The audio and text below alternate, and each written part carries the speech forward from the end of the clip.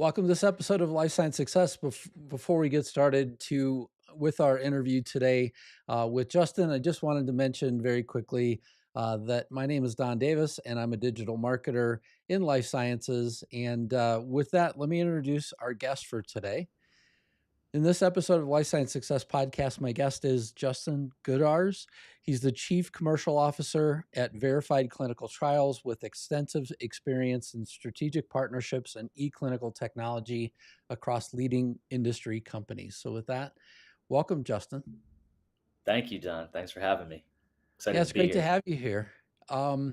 Would you mind just telling listeners a little bit about what it is that brought you into life sciences, and then more specifically, what is it that that brought you into clinical trials? Yeah, absolutely. So I've been in the life sciences space now for about 15 years, mainly working within site and patient-facing technology to support efficiencies within clinical trials. Full transparency, it wasn't an industry that I was looking to get into. It really happened by chance, and I'll kind of tell somewhat of a funny story. My first job out of school, I was looking to apply to Cintas, which is the chemical and uniform delivery service company, pretty large company.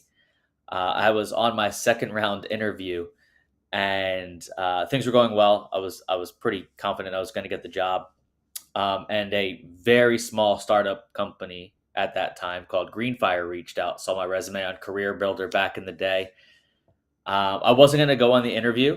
I had actually told them I was getting ready to accept a position with Cintas. My dad kind of forced me, said, just go get some interview experience. You're still pretty young and new out of school. Ultimately ended up going on the interview with Greenfire, got offered the position, kindly declined the position, got hired by Cintas a couple of days later. But as an outside sales rep for Cintas, you need to be on their car insurance.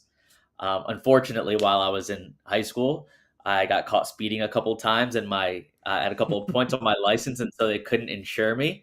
And so 2 days later, I called back Greenfire and said, "Hey, I think it'd be really cool to work for a startup company in the life sciences space," and worked there for about 6 years. And so that's how I got into the life sciences space by chance, really.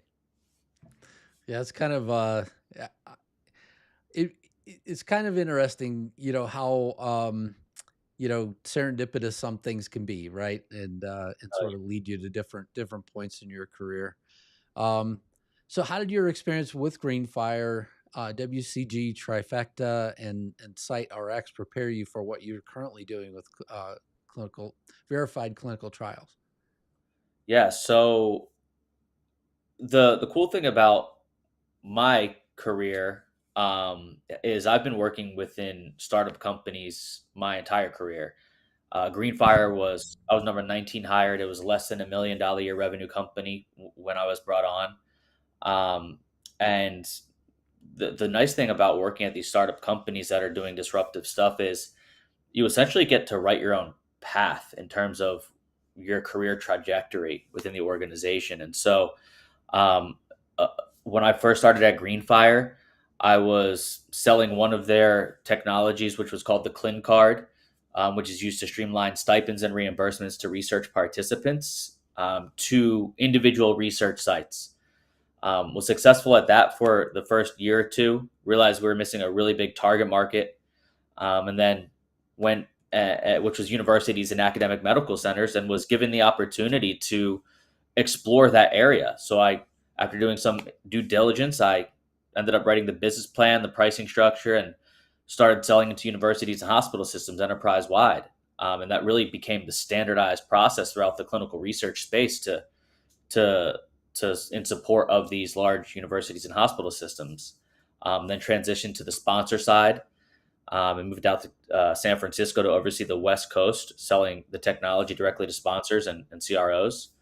Um, and so it was really cool to see a small organization grow to about 250 people by the time that I left, and essentially write my own path within the organization. Same thing with Trifecta Clinical. I followed the guy that was somewhat of my mentor at Greenfire, Rick Ward, over to Trifecta Clinical. and I was one of three business development folks over there.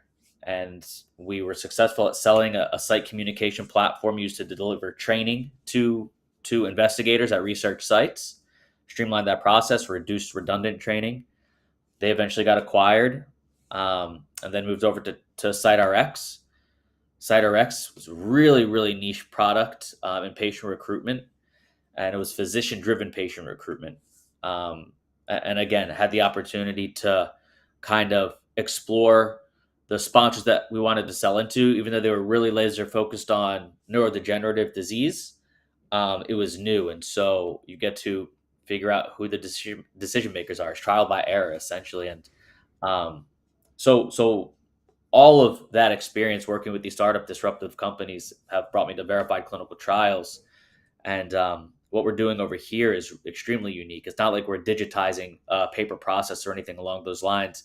We've created a process to make sure that, well, actually, what we're doing is we're confirming a research participant's eligibility based upon their research history, which has been a gap in the clinical research industry. And so, with all that being said, yeah, working at startup companies has been my entire career, and it's set me up for verified clinical trials as their chief commercial officer. Very good. And I guess give me a little bit of insights in terms of some of the key challenges that you faced in the position of chief commercial officer at Verified Clinical Trial. Yeah, for sure. Well, I think the biggest challenge is lack of awareness in terms of what we do because we are creating a process.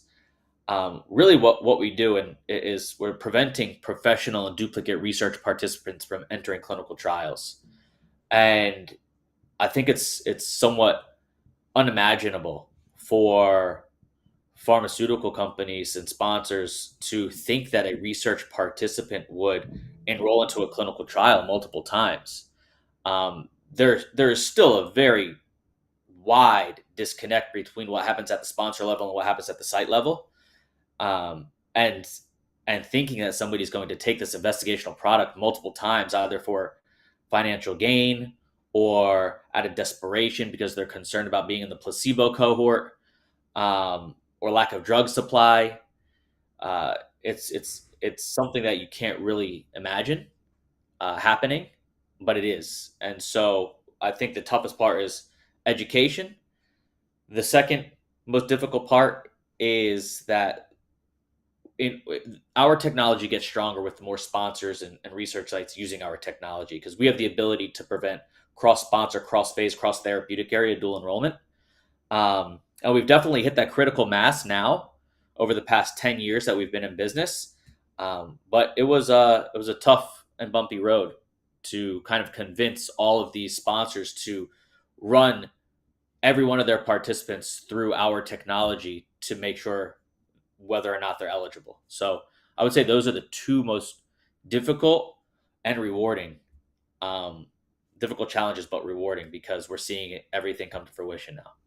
So So if you were a participant in a clinical trial, I mean, I have not been, right? I've certainly seen this from the outside, but just curious to walk the path just a little bit with you to try and understand this a little bit better. So if you were a participant in the clinical trial, let's say you enrolled, in some cancer, um, clinical trial, and you don't know yet whether or not if you are accepted into that clinical trial, but you enroll in multiple clinical trials. Now all of a sudden you get accepted to one, um, and the second one comes along. I'm assuming that there's some way to opt out of that, second clinical trial. Is that right? yeah, so I mean, again, it really depends. The What we've been able to identify, having supported tens of thousands of clinical trials now, is there's three participant personas within the research space. There is the deceptive research participant. So those are those participants that are going from site to site, study to study for that financial gain. And this is definitely more prevalent within certain therapeutic areas, such as vaccine, where they're looking for healthy volunteers, um, or or areas like obesity or hypercholesteremia, where the inclusion exclusion criteria is so similar to so many other studies that are taking place, where you could just get into the clinical trial, you get these stipends, which are pretty significant, and you don't take the drug.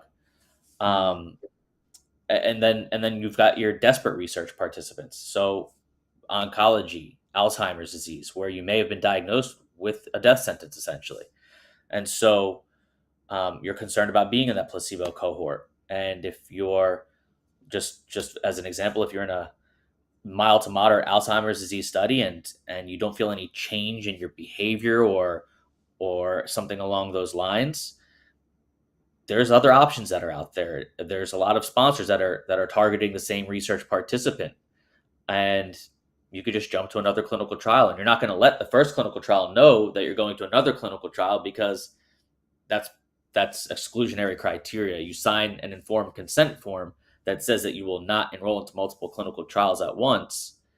Um, but if you're desperate, you're going to do what you got to do. So got it. yeah, Yeah. there's a bunch Yeah. I of mean, reasons as well, but yeah, those are two that we see quite often. yeah, not a world that most of us, have to be in unless you're in this space like you or Right. as a participant. So that helps. So can you explain a little bit more about the mission and the main objectives of verified clinical trials and how your role contributes? Yeah, absolutely. Our main priority is to enhance patient safety, data quality, and study integrity.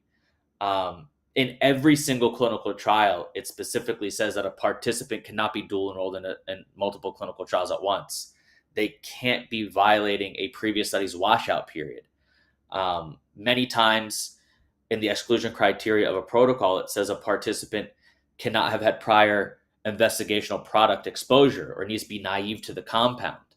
And without having a solution in place during the screening process to confirm whether or not that participant is in another clinical trial or violating a previous study's washout period, there's no defense against it. A research site has no way to confirm whether or not that participant is in another clinical trial. I mean, when you think about what happens at a research site, if you need to know how much a participant weighs, use a scale. If you need to know their temperature, you use a thermometer. If you need to know their health history, you use electronic medical records.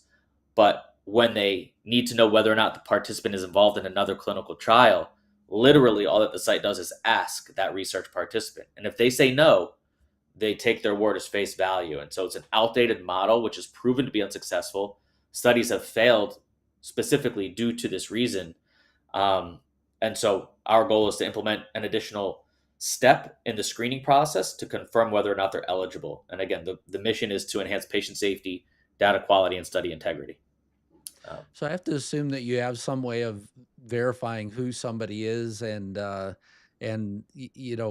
more or less, figure out whether or not they've enrolled in other things. But is it as simple as just knowing who somebody specifically is, or is it something more complex than that?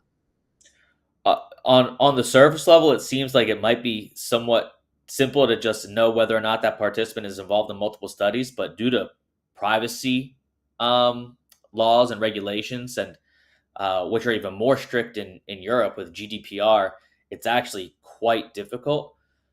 So it's not just a participant going into a registry. There's a lot of rules and regulations surrounding what can be entered. The participant has to consent to going into the registry, but they're also associated with a specific protocol. So we know whether or not that participant has been involved in the phase two. And now, if they're screening for the phase three, and part of that exclusion criteria says they can't have had prior IP exposure, they wouldn't actually be eligible for that study. Um, so it is quite complex behind the scenes. Um, but very easy for a research site to enter that participant into our database, and then all the heavy lifting is done on the back end. Very good. So what are some of the more significant partnerships or collaborations that you have at Verified Clinical Trials, and how have they benefited the company? So we are therapeutic area agnostic. Our main client or customer is the pharmaceutical sponsor that's running and essentially paying for the clinical trial. So we're working with, I'd say, 50% of the top 20 currently right now. where they've realized that this is a gap historically in their screening process, and now they're implementing us across our portfolio of studies. I'd say another really strong strategic partner of ours is with Velocity Clinical Research. Velocity Clinical Research is the largest wholly owned research site network in the world with over 100 research sites globally. And they've implemented our technology across all of their sites, across every single one of their studies to prevent this issue of professional and dual enrollment.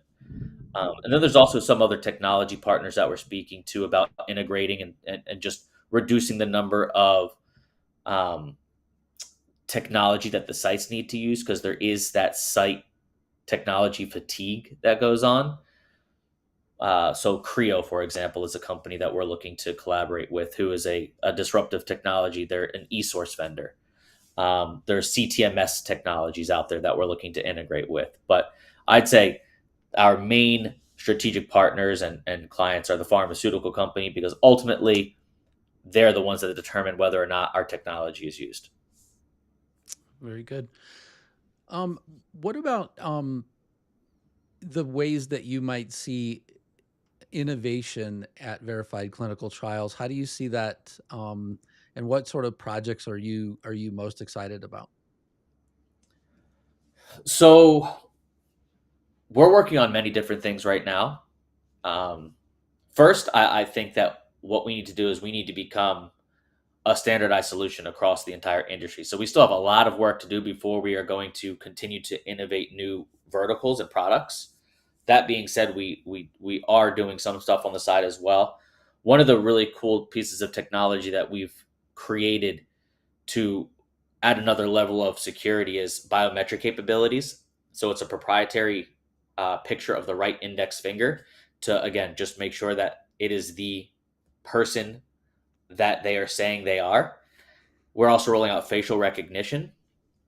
There's some other cool technology that we're looking to build right now. Can't really provide too much insight into that, but then I think that there's a real unique opportunity to use some AI to drill into the reporting that we provide because we provide reporting that no other company can generate based on our capabilities and the number of participants in our registry. So I think that we're going to start to see some really unique data filtered with AI. So that's what we're working on right now. But again, there's still a lot of work to do with just implementing this technology across the industry to prevent duplicate participants from entering these studies. That's great. And in terms of metrics that you use or key indicators that you use to measure success, what are some of the things that you use today with some of the strategic partnerships that you have? So I'm a at the end of the day I'm a sales guy. I'm heading up commercial. So the main driver right now for me where I sit is revenue, and new logos. So bringing on new sponsor clients and sites, and also expanding throughout other uh, therapeutic areas underneath the same sponsor umbrella. You know what's interesting is that this is a gap regardless of phase or therapeutic area in the screening process. We see it as an issue across every phase and therapeutic area, this issue of professional and duplicate participants. um, but some sponsors again can't believe that it happens within certain therapeutic areas, and so they'll only implement us into their vaccine portfolio of studies, but they won't implement us into their dermatology portfolio of studies. And so um, that takes work trying to get a 40,000 person company to implement a technology enterprise wide. So um, those would be the three things that I think really I look at in terms of metrics is revenue, new logos, and expanding our services across an existing client. Well, thank you for sharing that. So, Justin, what's the greatest piece of leadership advice you've ever received? So I mentioned a gentleman, Rick Ward, earlier, who kind of took me underneath his wing when I was at Greenfire and um, helped just one provide insight into the industry best practices, two to how to sell essentially. and not inflate certain things that I'm saying or certain metrics. But the main thing that he said to me that really resonated is control what you can control. I mean, in sales, you're trying to go a million miles an hour. The goal is to sell as quickly and as much as possible. And sometimes you can get sloppy when that happens. I mean, even small things where you set up a meeting on Google Meets and you forget to add the link to use the webcam. And then Mhm. you've got to go back the minute before the meeting starts and send out a new invite to make sure people can see you while you're talking. Just small things like that where it can completely throw off a meeting and you will go into that meeting and you're all disheveled. And so um, just really controlling the things you can control, because this is such a complex industry that we work in. Science is hard. People are trying to do some really great things, and if I can make sure that they're logging on to a webcam without having any difficulties, um, that's something that I need to do. And so, yeah, it's control the things you can control. Absolutely. So, what inspires you? Um, I mean, I love working at these startup companies, seeing an idea come to fruition through hard work and motivation and tenacity. Um, I think that one of the things that really inspires me is also seeing my peers succeed. I mean, there's guys that I've seen come into this industry who started with me at Greenfire, and they've gone off and worked with other startup companies, and now they're killing it in their respective roles. And even outside of the industry that I work in, I dipped my toes into the music industry when I was living out in Los Angeles, and I've seen friends struggle to become these who are now world renowned artists. And so seeing other people succeed is really inspiring to me, because I help them out, they help me out. All boats float with a rising tide. So Yeah, yeah. absolutely. What concerns you? Um, what concerns me just in general, or about the business that I'm in? Because there's a I lot of things normally that leave concern this me. up to I normally leave this up to the guest, right? So, this could be anything like the I don't know, the current environment, could be the research environment, or it could be something in your personal life. It's up to you. Sure. What concerns me? What's concerning me right now is I think I've kind of missed the gap to get my puppy neutered. I've been told that Oh. you have to do that within a specific amount of time. Um, so that's kind of giving me a little bit of anxiety. Um, I mean, what's going on in the Middle East is always concerning. Um, the trends that we're seeing in the obesity space right now with professional and duplicate research participants is very concerning. I mean, I just read a stat from IQVIA that said there's over 178 different compounds that are trying to get into this GLP-1 race. And all of these sponsors and pharmaceutical companies are going for the same research participants. And so it'll be next to impossible to find somebody who hasn't already been exposed to the compound or isn't in their washout period. So that's concerning. Um, so yeah, there's a lot of things that concern me, but you got to compartmentalize them. Did you say washout period or watch out? Which Washout period. okay. So yeah, so when you're in a clinical trial, many times there's a washout period. So after you've completed the study, there might be a 60 or 120-day washout period where you can't be involved in another clinical trial because you still have that investigational product in your body. Um, and so if somebody completes a study on Monday and then enrolls into another study on Tuesday because they want that GLP-1 drug, because there might be lack of drug supply that we're seeing with some of these candidates, um, that's an issue. That's a washout period violation, and so that concerns me. Very good. And the last question, what excites you? The trajectory that Trifecta Clinical is on right now, I think we've created a really really good product. I think it's starting to resonate with the industry, and people are starting to understand that there is an issue. So it's exciting to see the growth that we've had over the past couple of years. Um, Another thing that excites me is my girlfriend's getting some really cool new job opportunities where she's essentially her dreams are coming true in terms of being a radio host for the music industry. That's really cool. Um, Getting ready to do some travel in Europe. That's exciting over the summer. So those are the things that excite me right now. But um, and some really cool things are happening with the family. Where my brother's seeing is in his professional career, they're both seeing some really cool advancements within their organizations. So that's exciting as well. But yeah, a lot of things excite me as well.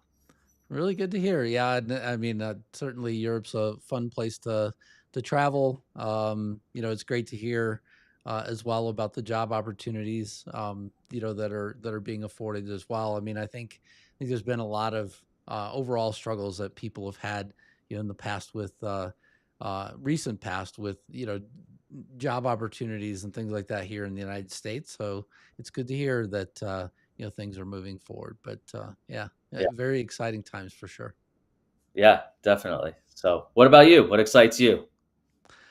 Yeah, I mean, to be honest, it's the environment that we're in, right? I mean, I feel like the technology side of things um, excites me the most. That's probably the number one thing, especially whenever it comes to things that enable us to be um, not just there's a lot that AI can do, and a lot that people sort of say, hey, look, I don't want something to sound too much like AI, or I don't want something to take away my voice. At the same time, there's a lot that AI can do that at least puts things further down the road than where they were, right? So those are the things that excite me the most, to where I feel like I spend the most amount of my time as well anymore, as also. So yeah, Yeah, yeah, yeah, yeah. that's cool. AI definitely excites me as well. It also concerns me in some capacity.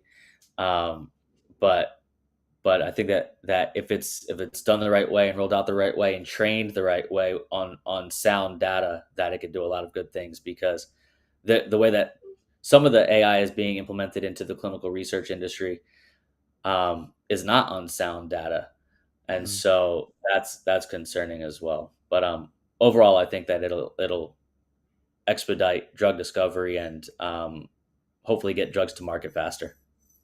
Yeah. So Well, Justin, thank you so much for being on the Life Science Success Podcast. I really appreciated your insights in terms of the things that you're working on.